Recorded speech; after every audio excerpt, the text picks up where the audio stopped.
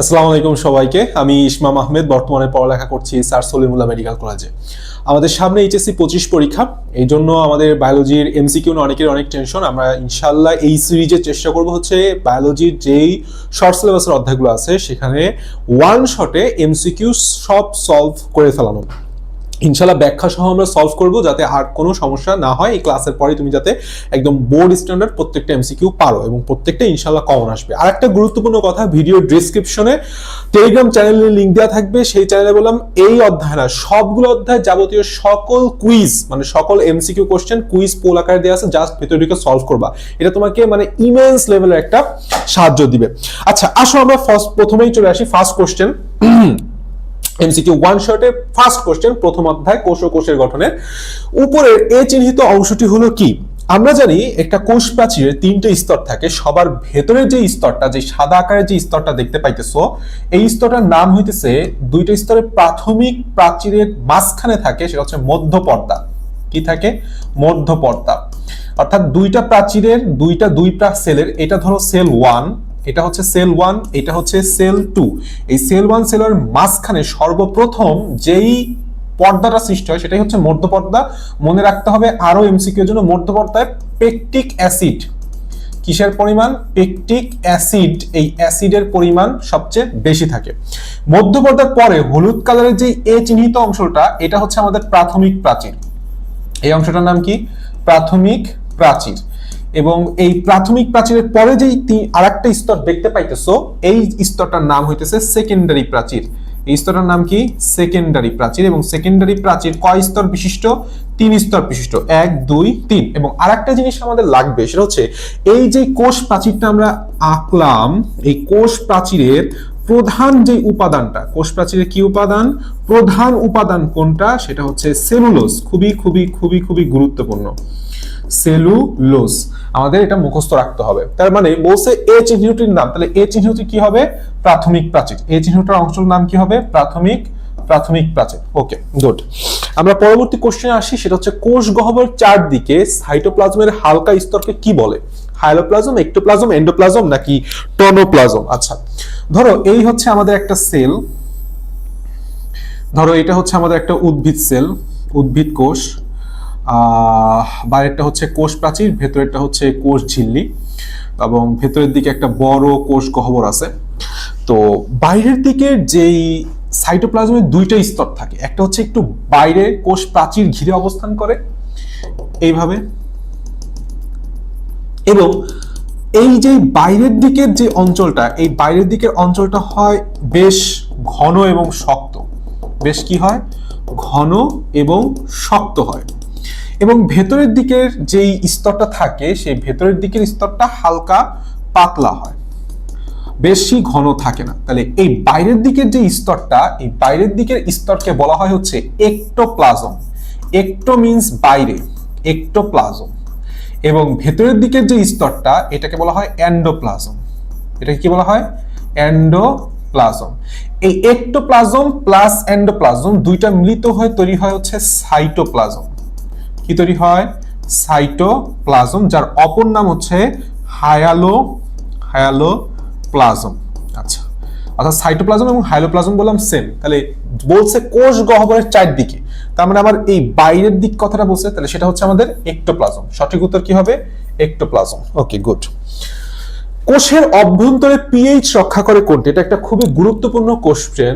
প্রশ্নটা খুবই খুবই খুবই খুবই গুরুত্বপূর্ণ। সেটা হচ্ছে, একটা হচ্ছে কোষের অম্লত্ব ক্ষারকত্ব নিয়ন্ত্রণ করা, আর একটা হচ্ছে কোষের পিএইচ নিয়ন্ত্রণ করা। যদিও দুইটা সেম, কিন্তু হাসান স্যার বই অনুযায়ী দুইটা কথা আমাদের দাগাইতে হবে। সেটা হচ্ছে কোষ গহ্বর যেটা, এই কোষ গহ্বর আমাদের পিএইচ নিয়ন্ত্রণ করে। কি করে? পিএইচ নিয়ন্ত্রণ করে, কারণ হাসান স্যারের বইতে একদম হুবহু এটাই লেখা আছে। এবং আরেকটা গুরুত্বপূর্ণ কথা, যে কোষ গহ্বরের চারদিকে একটা পাতলা পর্দা থাকে, এইটাও মুখস্থ রাখবে। এই পর্দাটার নাম হচ্ছে টনোপ্লাস্ট। কি নাম? টনোপ্লাস্ট। আর সাইটোপ্লাজম কি করে জানো? কোষের অম্লত্ব ক্ষারকত্ব নিয়ন্ত্রণ করে। ভাইয়া, অম্লত্ব ক্ষারকত্ব আর পিএইচ এর মধ্যে কোনো ডিফারেন্স নাই, এটা তুমিও জানো, এটা আমিও জানি, কিন্তু বইয়ের মধ্যে এই কথা লেখা আছে। তার মানে এমসিকিউ তে এইভাবে আসলে এইভাবে অ্যান্সার করতে হবে। অম্লত্ব ও কি বলছি? ক্ষারত্ব। অম্লত্ব ক্ষারত্ব নিয়ন্ত্রণ করে। তার মানে তোমাকে প্রশ্ন যদি বলে পিএইচ নিয়ন্ত্রণ করে কি দাগাবো, কোষ গহ্বর দাগাবো, যেটা এখানে বলছে পিএইচ কথা। কিন্তু যদি বলতো যে কোষের অম্লত্ব ক্ষারকত্ব কে নিয়ন্ত্রণ করে, উত্তর দিতাম হচ্ছে আমাদের সাইটোপ্লাজম। আচ্ছা, আমাদের পরবর্তী কোশ্চেন আসে, কোনটি সাইটোপ্লাজমীয় নির্জীব বস্তু? কোনটি সাইটোপ্লাজমীয় নির্জীব বস্তু? আমরা জানি সাইটোপ্লাজমীয় অঙ্গাণু বা সজীব বস্তুর মধ্যে রাইবোজোম আছে, আমাদের প্লাস্টিড আছে, লাইসোজোম আছে। তাহলে বলছে হচ্ছে নির্জীব বস্তু, এর মধ্যে জীবন নাই, একমাত্র কার? এনজাইমের জীবন নাই।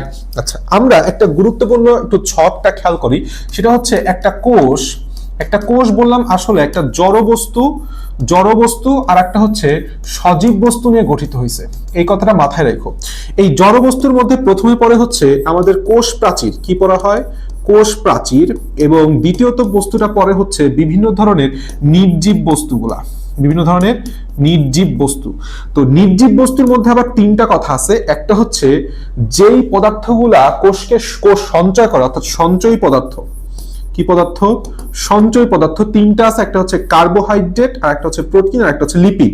অর্থাৎ কার্বোহাইড্রেট হচ্ছে শর্করা যেটাকে আমরা বলি, আর একটা হচ্ছে প্রোটিনটা হচ্ছে আমিষ যেটাকে আমরা বলি, আর লিপিড মানে তো আমরা সবাই জানি সেটা হচ্ছে স্নেহ।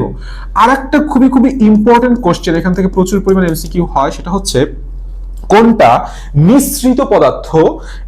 কোষ কর্তৃক নিঃসৃত পদার্থ। কি পদার্থ? নিঃসৃত পদার্থ। নিঃসৃত পদার্থটা আমরা মুখস্থ রাখি হচ্ছে এইচ পেন দ্বারা, HPE এবং N। এইচ তে হচ্ছে হরমোন, এইচ তে কি? হরমোন।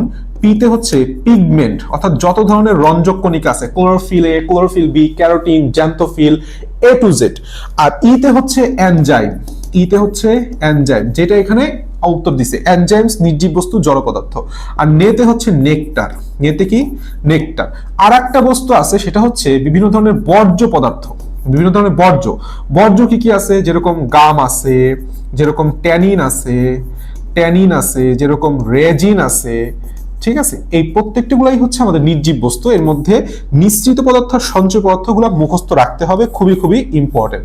আর সজীব বস্তুর মধ্যে অ্যাকচুয়ালি আমাদের তিনটা পার্ট। একটা হচ্ছে আমাদের সবার কোষ প্রাচীরের নিচে অবস্থিত, সেটা হচ্ছে কোষ ঝিল্লি। কি অবস্থিত? কোষ ঝিল্লি। কোষ ঝিল্লির ভেতরে থাকে হচ্ছে আমাদের সাইটোপ্লাজম। কি থাকে? সাইটোপ্লাজম থাকে। আর সাইটোপ্লাজম ও সাইটোপ্লাজমীয় অঙ্গাণু থাকে, সাইটোপ্লাজমীয় অঙ্গাণু থাকে।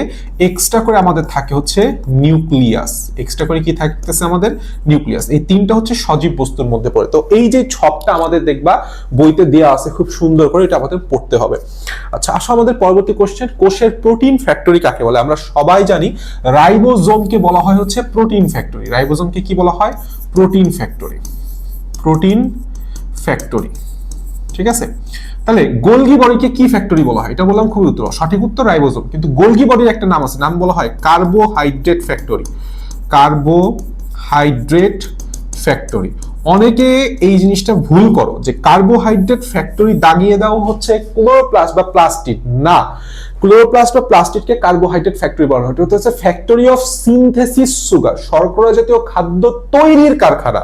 আর এটা হচ্ছে রিজার্ভ রাখে শর্করাকে, এই জন্য সরাসরি বলা হয় কার্বোহাইড্রেট ফ্যাক্টরি। তাহলে গোলগি বডি কার্বোহাইড্রেট ফ্যাক্টরি। আর লাইসোসোম, গোলগি বডির আর একটা চমৎকার নাম আছে, সেটা হচ্ছে কোষের ট্রাফিক পুলিশ বলা হয়। কি বলা হয়? এটাও মুখস্থ রাখো, এমসিকিউর জন্য খুবই খুব ইম্পর্টেন্ট। কোষের ট্রাফিক পুলিশ বলা হয়। আর এই পাশে যে লাইসোজোম আছে, আমরা সবাই জানি লাইসোজোম কি করতেছে? লাইসোজোম হচ্ছে ফ্যাগোসাইটোসিস করে, ফ্যাগোসাইটোসিসে গুরুত্বপূর্ণ ভূমিকা পালন করে, যার জন্য এই লাইসোজোম দুইটা জিনিস ঘটায়। একটা হচ্ছে অটোফ্যাগি, আর একটা হচ্ছে অটোফ্যাগি প্লাস অটোলাইসিস। অটোলাইসিস। এখন ফ্যাগিতে গ আছে, তার মানে যখন অঙ্গাণু ধ্বংস হবে, যখন কি হবে? অঙ্গাণু ধ্বংস হবে, তখন সেটাকে আমরা বলবো অটোফ্যাগি। আর যখন সেলে ল আছে, লাইসিসে ল আছে, যখন টোটাল সেলটাই লাইসিস করবে, ধ্বংস হয়ে যাবে, তখন আমরা সেটাকে বলবো অটোলাইসিস। আর এন্ডোপ্লাজমিক রেটিকুলামের কাজ নিয়ে ও এক্সট্রা করে কিছু বলে না, কাজের মধ্যে আমরা অনেক কিছু পড়বো ইনশাআল্লাহ সামনে। আচ্ছা, এন্ডোপ্লাজমিক রেটিকুলাম বলতে বলতে চলে আসছে গায়ে দানাদার বস্তু লেগে থাকে। আমরা জানি এন্ডোপ্লাজমিক যে রেটিকুলামটা, এই এন্ডোপ্লাজমিক রেটিকুলাম দুই প্রকার, একটা হচ্ছে মসৃণ, একটা হচ্ছে মসৃণ এন্ডোপ্লাজমিক রেটিকুলাম, মসৃণ ইআর, আর একটা হচ্ছে অমসৃণ ইআর, আর একটাকে কি বলা হয়, অমসৃণ ইআর। এই অমসৃণ ইআর এ ছোট ছোট দানা সদৃশ রাইবোজোম লেগে থাকে। কি লেগে থাকে? রাইবোজোম লেগে থাকে। এই জন্য অমসৃণ এন্ডোপ্লাজমিক রেটিকুলামের কাজের মধ্যে দেখবা একটা গুরুত্বপূর্ণ কাজ হচ্ছে প্রোটিন সিনথেসিস করে। কারণ আমরা জানি রাইবোজোমকে প্রোটিন ফ্যাক্টরি বলা হয়, প্রোটিন সিনথেসিস করে। তার মানে বুঝতে পারতেছো দানাদার কি বস্তু লেগে থাকবে? রাইবোজোম বস্তু লেগে থাকবে। ওকে, গুড। আমরা চলে আসি পরবর্তী প্রশ্ন। রাইবোজোমের একটি উপ একক 30S হলে অন্যটি কত হবে? আচ্ছা, আমরা জানি রাইবোজোম আছে হচ্ছে অনেক প্রকারই আছে, 55, 77, 80, 70 সবকিছুই আছে।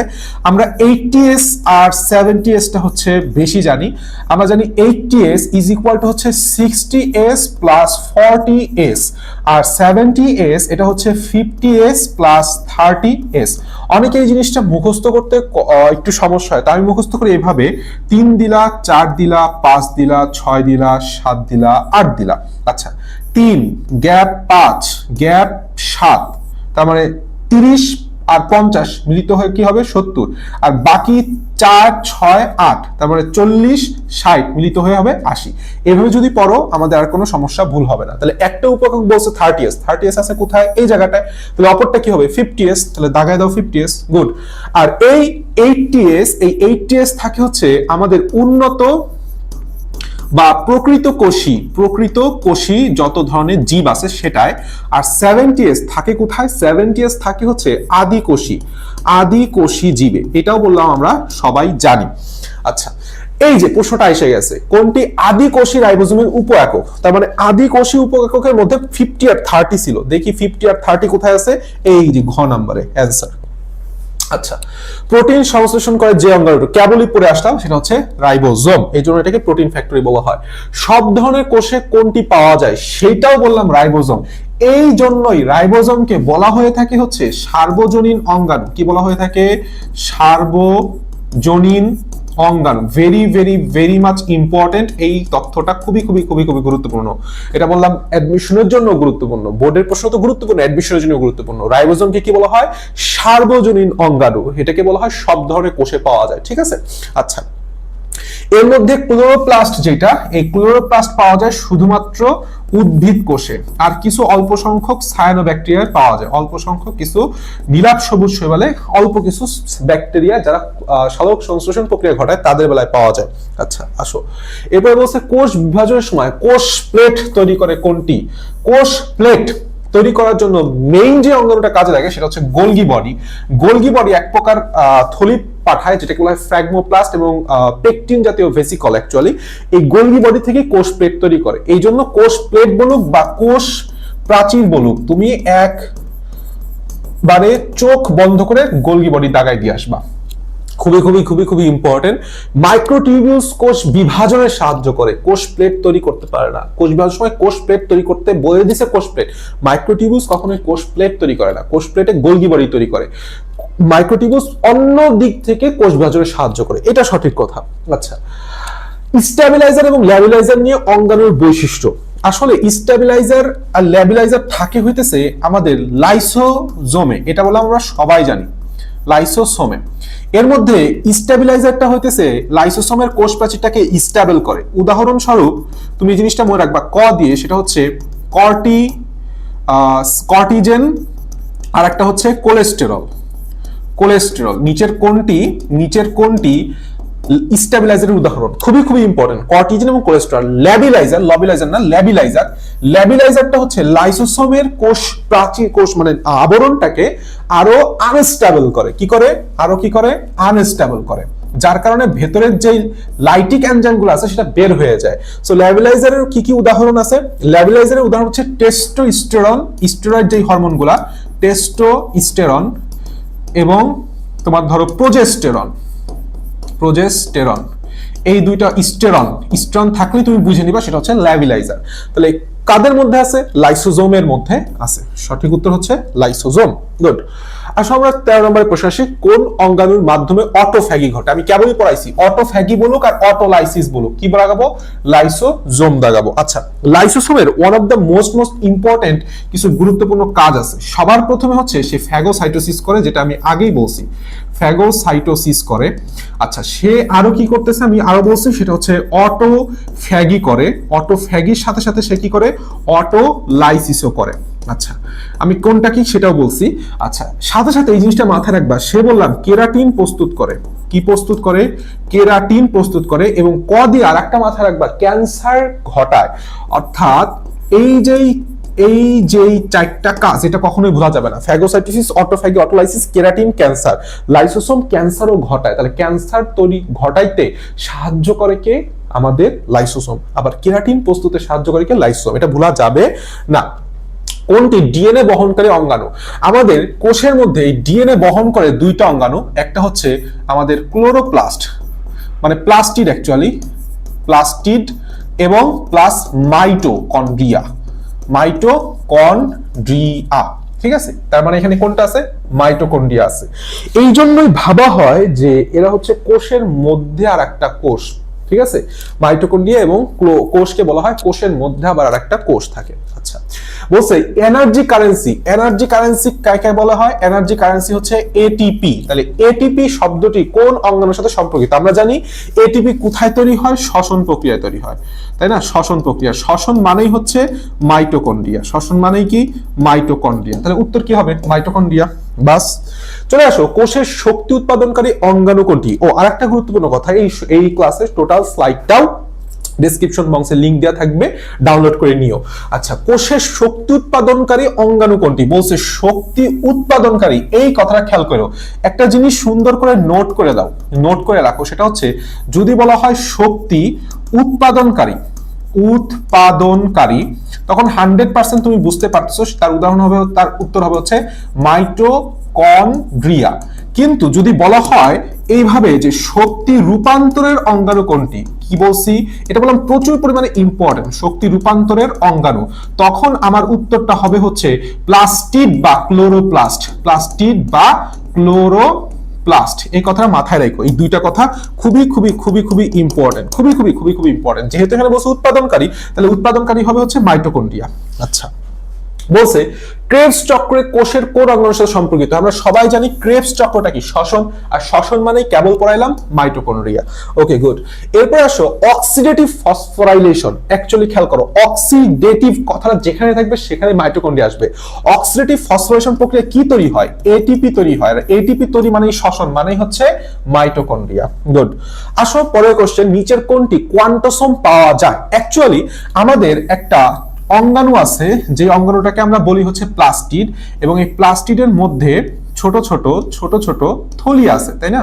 ছোট ছোট থলি আছে, এবং এইভাবেও কিছু কিছু চিকন চিকন নালীর মাধ্যমে পার্শ্ববর্তী থলির সাথে সংযুক্ত হয়।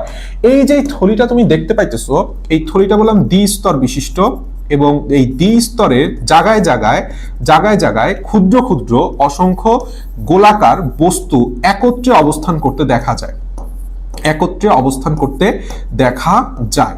এই যেই ছোট ছোট যেই সবুজ কালারের যে অঞ্চলটা তুমি দেখতে পাইতেছো, এইটার নাম হচ্ছে ফটোসিনথেটিক ইউনিট। ফটোসিনথেটিক ইউনিট, বা এর অপর নাম হচ্ছে ফটোসিস্টেম।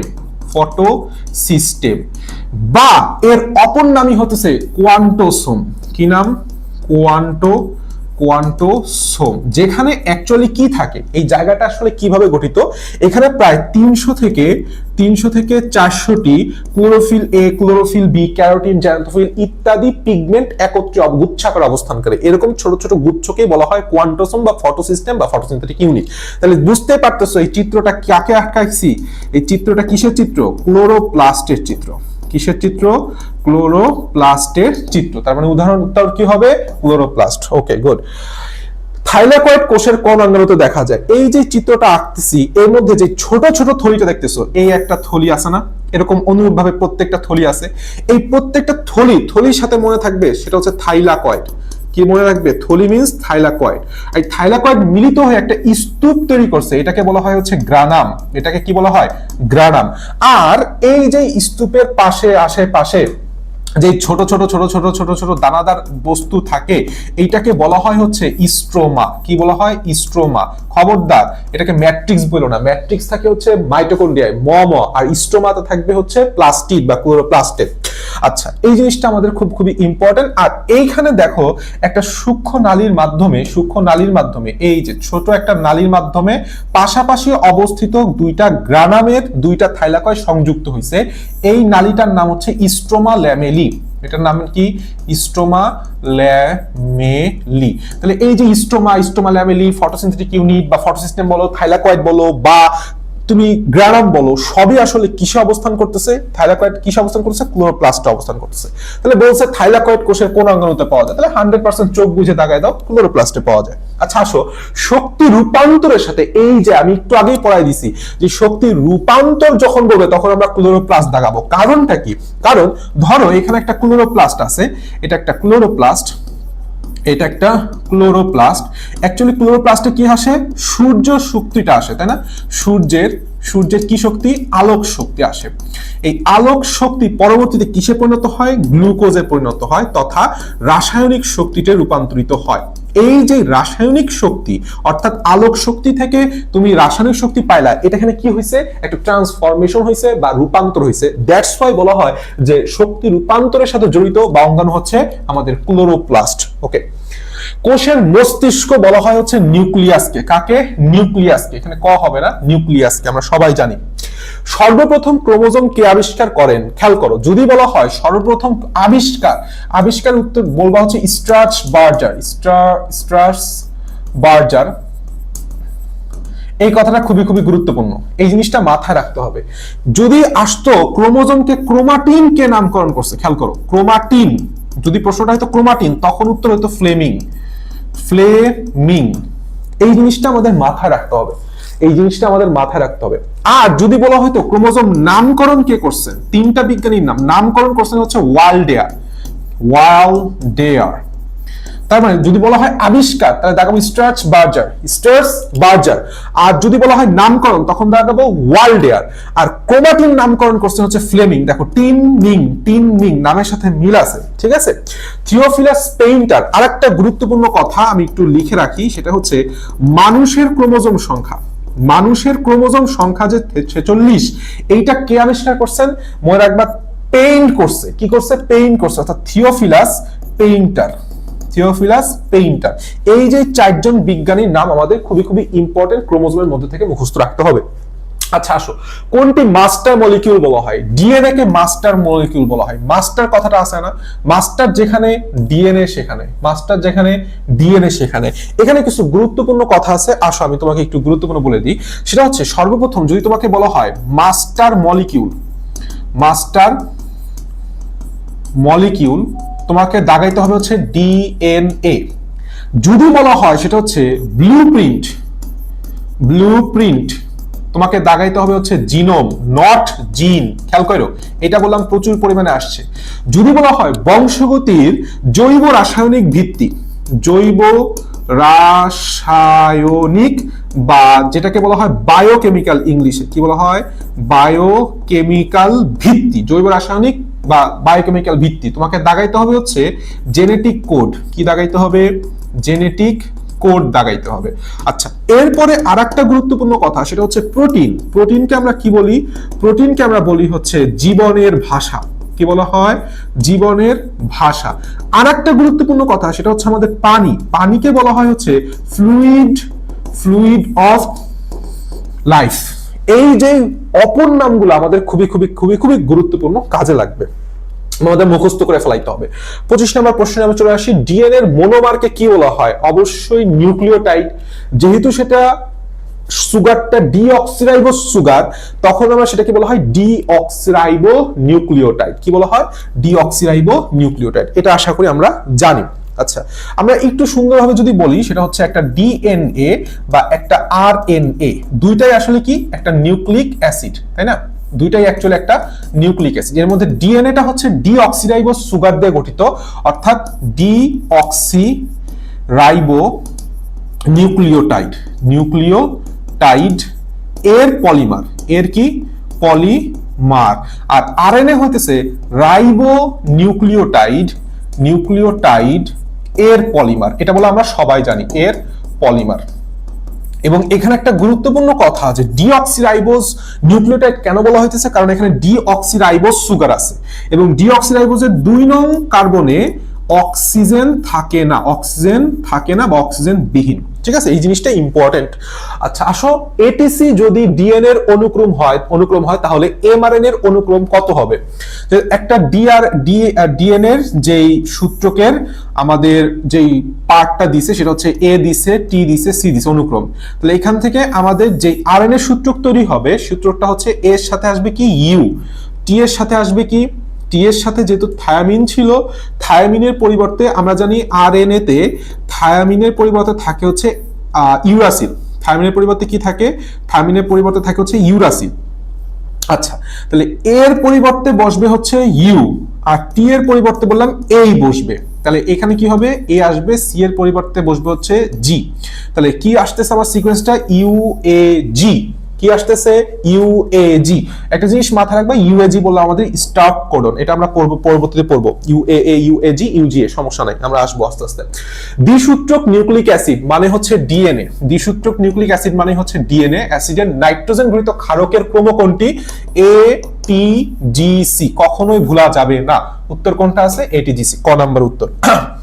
কোনটি? Pyrimidine base. আমরা জানি N2 বেস বা N2 ক্ষারক আছে 2 প্রকার, একটা হচ্ছে পিউরিন, আর একটা হচ্ছে পাইরিমিডিন, আর একটা কি? পাইরিমিডিন। মনে রাখতে হবে, নাম যার ছোট গঠন তার বড়, বা নাম যার বড় গঠন তার ছোট। তাহলে পিউরিনের নাম ছোট, তাহলে গঠন বড়, অর্থাৎ এটা হচ্ছে 2 রিং বিশিষ্ট। এটা কি 2 রিং বিশিষ্ট, আর পাইরিমিডিন হচ্ছে 1 রিং বিশিষ্ট। এবং পিউরিন আমরা সবাই জানি কি কি উদাহরণ আছে? অ্যাডনিন আর গুয়ানিন। আর পাইরিমিডিন আছে, তাহলে বাকি যেগুলো হলো থায়ামিন, সাইটোসিন এবং ইউরাসিল, এই তিনটাই হচ্ছে পাইরিমিডিন। দেখো, পাইরিমিডিনের নামও বড়, তার সংখ্যাও বড়। আর এজি এটা হচ্ছে পিউরিন, 2 রিং, নামে ছোট, সংখ্যাও ছোট। অর্থাৎ অ্যাডনিন এবং গুয়ানিন হচ্ছে পিউরিন, আর চাইছে হচ্ছে পাইরিমিডিন। তাহলে পাইরিমিডিনের মধ্যে কি কি আছে? সাইটোসিন আছে, অ্যাডনিন, গুয়ানিন, অ্যাডনিন। তাহলে এইটাও বাদ, এইটাও বাদ, এইটাও বাদ। সঠিক উত্তর গ। বলছে নিচের কোনটি 3 প্রাইম প্রান্তে সিসিএ ধারার লেজ আছে? আমরা জানি আমাদের একটা আরএনএ আছে, দেখতে এরকম দেখা যায়, তাই না? এটা 2টা প্রান্ত, 3 প্রাইম প্রান্ত, এটা 5 প্রাইম প্রান্ত। এই যে 3 প্রাইম প্রান্তে সিসিএ বা এসিসি ধারার একটা বেস সজ্জিত থাকে, এবং ঠিক উল্টা দিকে 3টা নিউক্লিওটাইড মিলিত হয়ে একটা অ্যান্টিকোডন তৈরি করে। কি তৈরি করে? অ্যান্টিকোডন তৈরি করে। এই যে অ্যান্টিকোডনের কারণে বিভিন্ন টিআরএনএ তার একটা নির্দিষ্ট অ্যামাইনো অ্যাসিড, একটা নির্দিষ্ট কোডন, অ্যামাইনো অ্যাসিডকে নির্দিষ্ট কোডন অনুযায়ী বহন করে নিয়ে আসে। তাহলে এই যেই টোটাল আয়নটা আঁকতে পাইতেছি, তুমি চিত্র দেখেই বুঝতে পারতেছো।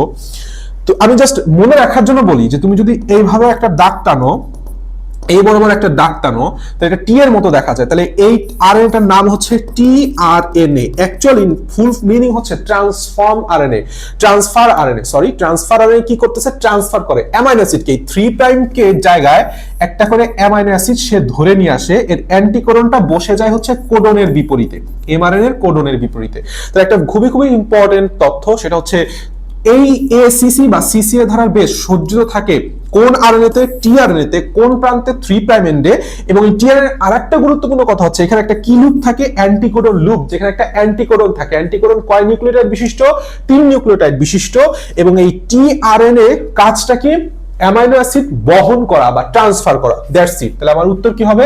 টিআরএনএ উত্তর হবে। ঠিক আছে। আরএনএতে থাইমিনের পরিবর্তে কোনটি বিদ্যমান? আমরা জানি থাইমিনের পরিবর্তে আরএনএতে থাকে হচ্ছে ইউরাসিল। তো সেই জিনিসটাই লেখছে, কোনটা আছে কত উত্তর। ওকে, ডিএনএ প্রতিলিপনের সময় হাইড্রোজেন বন্ধনী ভেঙে দেয় কোনটা? এটা জেলিকেজ হবে, এটা হচ্ছে হেলিকেজ হবে। আমরা সবাই জানি হতে হেলিকেজ, হতে হচ্ছে হাইড্রোজেন বন্ধন ভাঙন। তাহলে হাইড্রোজেন বন্ধন ভাঙবে কে? হেলিকেজ। প্রাইমেজ কি করবে? প্রাইমেজ হচ্ছে প্রাইমার তৈরি করে। কি তৈরি করে? প্রাইমার তৈরি করে। আমরা সবাই জানি প্রাইমার কি জিনিস? প্রাইমার তৈরি করা। আমরা জানি প্রাইমার হচ্ছে একটা ক্ষুদ্র আরএনএ, যেটা আসলে আমাদের রেপ্লিকেশন একদম শুরুতে প্রয়োজন হয়। আর পলিমারেজ নামের মধ্যে একটা কথা দেখাবো, পলি কথাটা আছে, অর্থাৎ একটার পর একটা নিউক্লিওটাইড সংযুক্ত করে, একটার পর একটা নিউক্লিওটাইড সংযুক্ত একটা পলিমার যৌগ তথা ডিএনএ তৈরি করে। তো এখন পলিমারেজ আছে দুই প্রকার, একটা হচ্ছে ডিএনএ পলিমারেজ 3, আর একটা হচ্ছে দুই প্রকার অ্যাকচুয়ালি, ডিএনএ পলিমারেজ 3 প্রকার অ্যাকচুয়ালি 2, আর একটা হচ্ছে ডিএনএ পলিমারেজ 1। তো এই 1 2 3 এর মধ্যে one of the most important হচ্ছে ডিএনএ পলিমারেজ 3। কারণটা কি, এই ডিএনএ পলিমারেজ 3 হচ্ছে নিউক্লিওটাইড যুক্ত করে,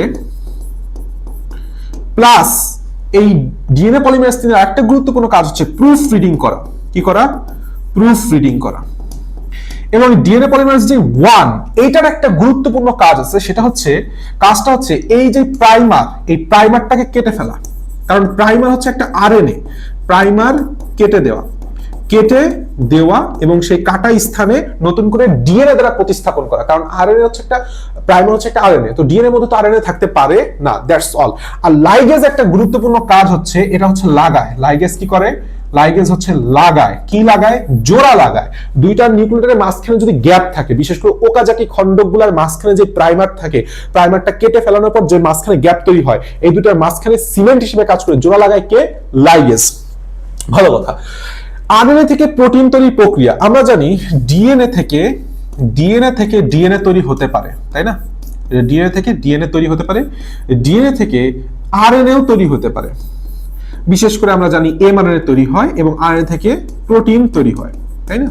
আবার এই আরএনএ থেকেও আবার পুনরায় ডিএনএ তৈরি হতে পারে। এই ডিএনএ থেকে ডিএনএ যে তৈরি হওয়ার যে প্রসেসটা, এই প্রসেসটাকে বলা হয় হচ্ছে রেপ্লিকেশন। আমরা সবাই জানি রেপ্লিকেশন, রেপ্লিকা মানে হচ্ছে অনুরূপ। তাহলে ডিএনএ আরএনএ একদম হুবহু। ডিএনএ থেকে এমআরএনএ যে তৈরি প্রক্রিয়াটা, এটাকে বলা হয় ট্রান্সক্রিপশন। এবং তাহলে আরএনএ থেকে ডিএনএ তৈরি হওয়ার প্রক্রিয়াটাকে কি বলা হয়? কি? Reverse transcription.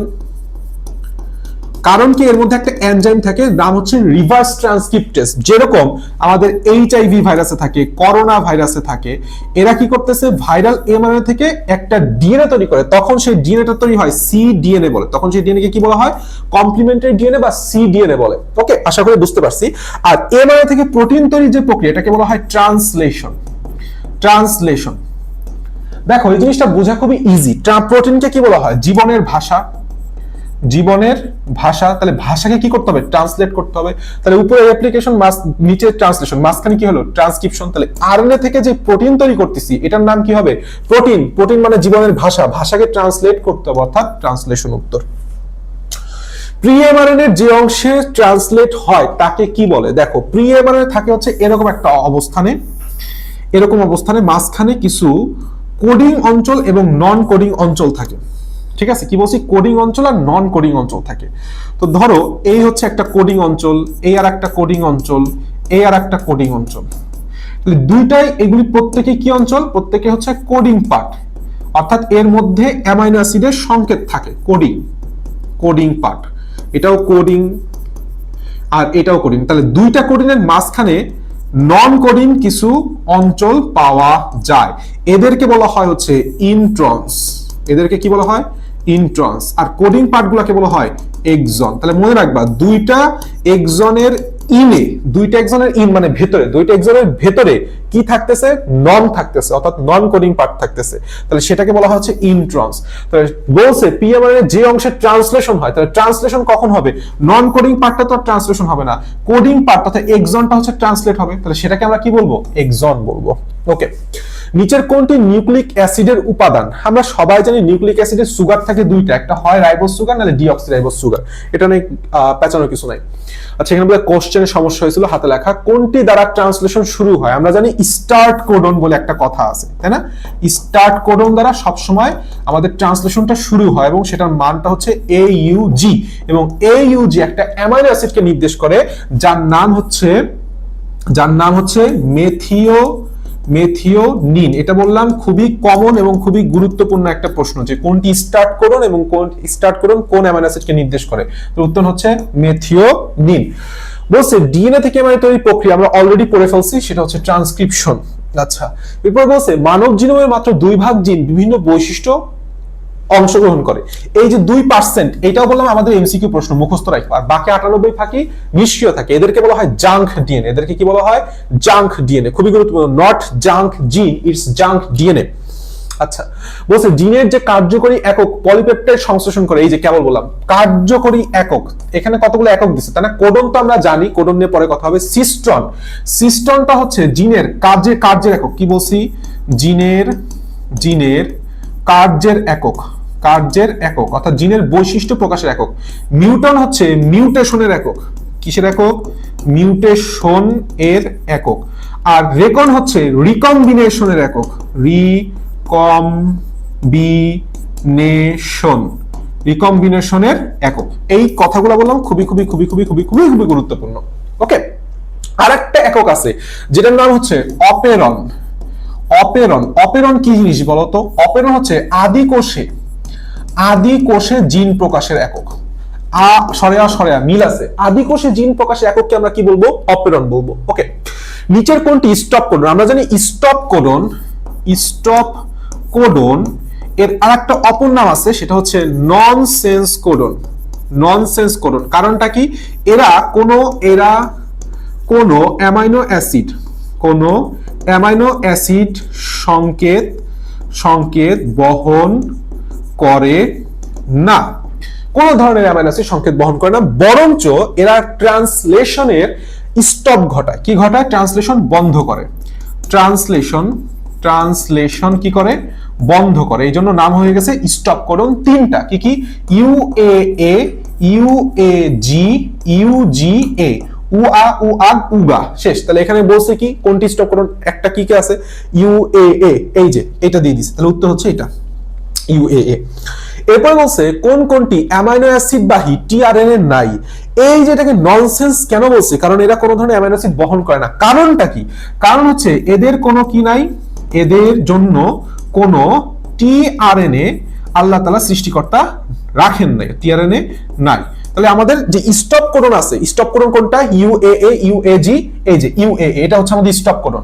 তাহলে এই স্টপ কোডনের জন্যই বললাম আমাদের কোনো ধরনের অ্যামাইনো অ্যাসিড বাহী কোনো টিআরএনএ নাই।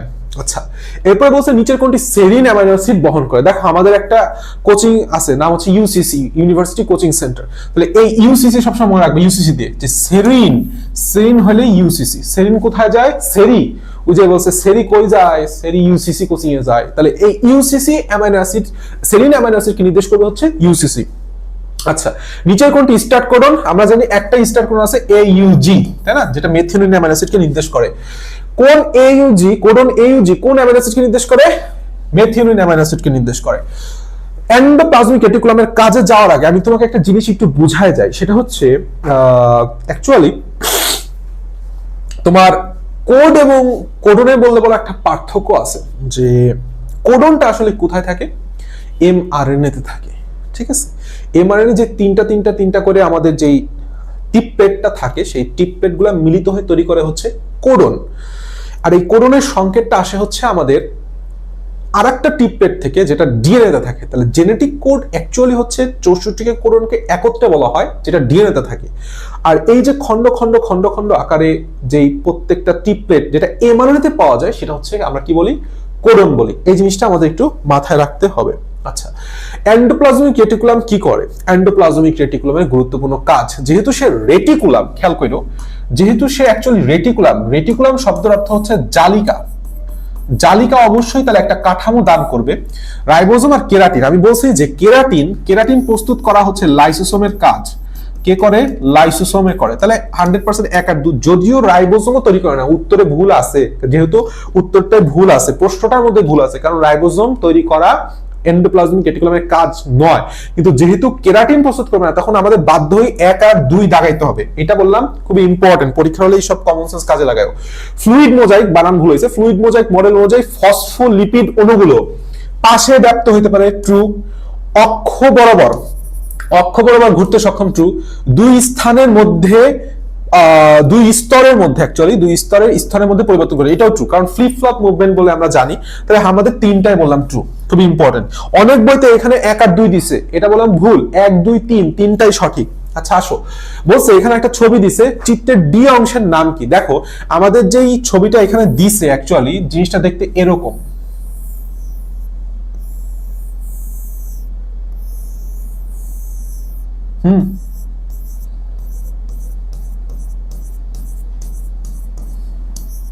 জিনিসটা দেখতে হচ্ছে এরকম।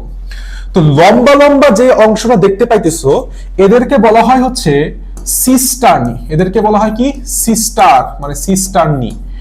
ভেতরের দিকে যে ছোট গোলাকার অঞ্চলটা দেখতে পাইতেছো এদেরকে বলা হয় ভেসিকল। কি বলা হয়? ভেসিকল। আর পাশে যে গোলাকার অঞ্চলটা দেখতে পাচ্ছো এদেরকে বলা হয় ভ্যাকিওল। ভ্যাকিওল বা ভ্যাকুওল, ওল আর কল। সো এই জিনিসটা ইম্পর্টেন্ট। এবং এই টোটাল চিত্রটা যেখানে সিস্টার্নি, ভেসিকল, ভ্যাকুওল এবং ভেসিকল থাকে সেটাকে আমরা বলি হইতেছে গোলগি কমপ্লেক্স বা গোলজি বডি বা গোলগি বডি। কি বলি? Golgi body. তাহলে এই গোলগি বডির আমার চিত্রটা ডি দেখাইছে হচ্ছে এই অঞ্চলটা, তাহলে এই ডি অঞ্চল টোটালটাই কি? সিস্টার্নি। টোটালটাই কি? সিস্টার্নি। তাহলে গোলগি বডি কি কি দ্বারা গঠিত? সিভিড দ্বারা মনে রাখবা, ভেসিকল, সরি সিভিড বলতেছি, সিস্টার্নি, ভ্যাকুওল, ভেসিকল। ঠিক আছে? আচ্ছা, একটা জিনিস এখান থেকে ইম্পর্টেন্ট, সেটা হচ্ছে গোলগি বডি।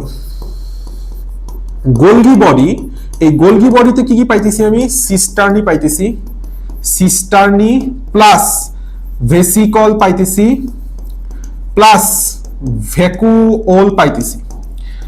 আর যেটা এন্ডোপ্লাজমিক রেটিকুলাম সেখানে আমি সিস্টার্নি পাবো, কিন্তু ভেসিকলের পরিবর্তে আমরা সেখানে ভেসিকল না পায়ে সেখানে আরেকটা জিনিস পাবো। এই জিনিসটা খুবই গুরুত্বপূর্ণ, সেটাকে বলা হয় টিউবিউল। সেটাকে আমরা কি বলি? টিউবিউল প্লাস ভ্যাকুওল পাই। ঠিক আছে? সেখানে ভেসিকল পাই না, সেখানে টিউবিউল পাই। এই জিনিসটা ইম্পর্টেন্ট যে এন্ডোপ্লাজমিক রেটিকুলাম আমরা কি কি পাচ্ছি না? ভেসিকল পাচ্ছি না, সেখানে আমরা কি পাই? টিউবিউল পাই। ওকে, এরপরে বলছে উপর চিত্রটির বৈশিষ্ট্য হলো, মানে এটাও আমার গোলগি বডি, এটাও আমার কি? Golgi body. তো গোলগি বডিতে কি হচ্ছে? লাইসোসোম গঠন করে। গোলগি বডির one of the most important কাজ, ফার্স্ট অফ অল আসো আমরা একটু লিখি, সে হচ্ছে 1 নাম্বার কাজ, গোলগি বডি বললাম লাইসোসোম তৈরি করে। লাইসোসোম তৈরি করে, এটা শুক্রাণুর যে অ্যাক্রোসোম সেই অ্যাক্রোসোমও তৈরি করে। এবং গোলগি বডিতে একটা গুরুত্বপূর্ণ কাজ হয়, সেটা হচ্ছে অলিগোস্যাকারাইডের পার্শ্ব শিকল সংযুক্ত হয়। অলিগোস্যাকারাইডের কি হয়? পার্শ্ব শিকল সংযুক্ত। এই জন্য গোলগি বডিকে বলা হয় হচ্ছে কার্বোহাইড্রেট ফ্যাক্টরি। আমি এর আগেও পড়াই দিছি একটু আগে, কার্বোহাইড্রেট ফ্যাক্টরি। আচ্ছা, সো এখানে আরেকটা গুরুত্বপূর্ণ কথা, সেটা হচ্ছে যেহেতু নামের মধ্যে গলা গলা কথা আছে, তার মানে সে হচ্ছে কোষ প্রাচীর তথা কোষ প্লেট তৈরি করবে। এই যে 4টা কথা আমাদের কখনোই ভোলা যাবে না। তো লাইসোসোম গঠন করবে, কোষ প্লেট তৈরি করবে, কিন্তু ফ্যাগোসাইটোসিস সহায়তা করে না, কারণ ফ্যাগোসাইটোসিস করে হচ্ছে লাইসোসোম। কি করে? লাইসোসোম করে। তাহলে উত্তর হচ্ছে 1 এবং 2। ওকে, আমরা চলে আসি উদ্দীপকের যৌগটিতে নিচের কোনটি বর্তমান? অ্যাকচুয়ালি দেখতে পাচ্ছি একটা এক সূত্রক এবং এখানে ইউ আছে, অনেকগুলা ইউ আছে, তার মানে এটা হচ্ছে একটা আরএনএ। তাহলে আরএনএ তে কি থাকবে? রাইবোজ থাকবে, নট রাইবুলোজ। রাইবোজ থাকবে, নট রাইবুলোজ, খবরদার। আচ্ছা, বলছে উদ্দীপকের জৈব অণুটি, যেহেতু এটা একটা আরএনএ, যেহেতু ইউ দেখতে পাইতেছি এবং অনেকগুলা একটা এক সূত্রক, তাহলে এটা হচ্ছে একটা আরএনএ। তাহলে আরএনএ অবশ্যই ডিএনএ থেকে তৈরি হয়, জীবের বংশগত চরিত্র বহন করে, প্রোটিন উৎপাদনে অংশগ্রহণ করে। প্রোটিন উৎপাদনে অংশগ্রহণ করে, এটা বললাম জীবের বংশগত চরিত্র বহন করে, কথাটা আংশিক ঠিক। কথাটা কি ঠিক? আংশিক ঠিক। এটা আমরা দাগাবো না, এই জন্য আমরা দাগাবো না। আমরা কি দাগাবো? 1 এবং 3 দাগাবো। উত্তর হচ্ছে খ, কারণ জীবের বংশগত চরিত্র বহন করলে আমরা সেটাকে ডিএনএটাকেই ধরে নেই, এই জন্য আমরা 1 এবং 3 দাগাবো। ঠিক আছে? প্রশ্নটা ত্রুটিযুক্ত। চিত্রে প্রদর্শিত অঙ্গাণুতে কোনটি অনুপস্থিত? অ্যাকচুয়ালি এখানে কি দেখানো হয়েছে? এখানে একটা ডিএনএ দেখানো হয়েছে, তাই না? অ্যাকচুয়ালি এখানে একটা ডিএনএ দেখানো হয়েছে, তাহলে ডিএনএ তে উপস্থিত কি? অনুপস্থিত বলছে। অনুপস্থিত হচ্ছে ইউরাসিল। আচ্ছা, চিত্রে প্রদর্শিত এক সূত্রক বিশিষ্ট হলে এদের মধ্যে, তাহলে এটা হচ্ছে আমার ডিএনএ, ডিএনএ এর এক সূত্রক হলে সেটা হয়ে যাবে আরএনএ। মৌলিক পার্থক্য ক্ষারকে, ট্রু, কারণ ডিএনএ তে আমার আরএনএ তে থাকে ইউরাসিল আর ডিএনএ থাকে হচ্ছে থায়ামিন। বৈশিষ্ট্য নিয়ন্ত্রণে সুগারে অবশ্যই ডিঅক্সিরাইবোজ আর এটা হচ্ছে রাইবোজ সুগার।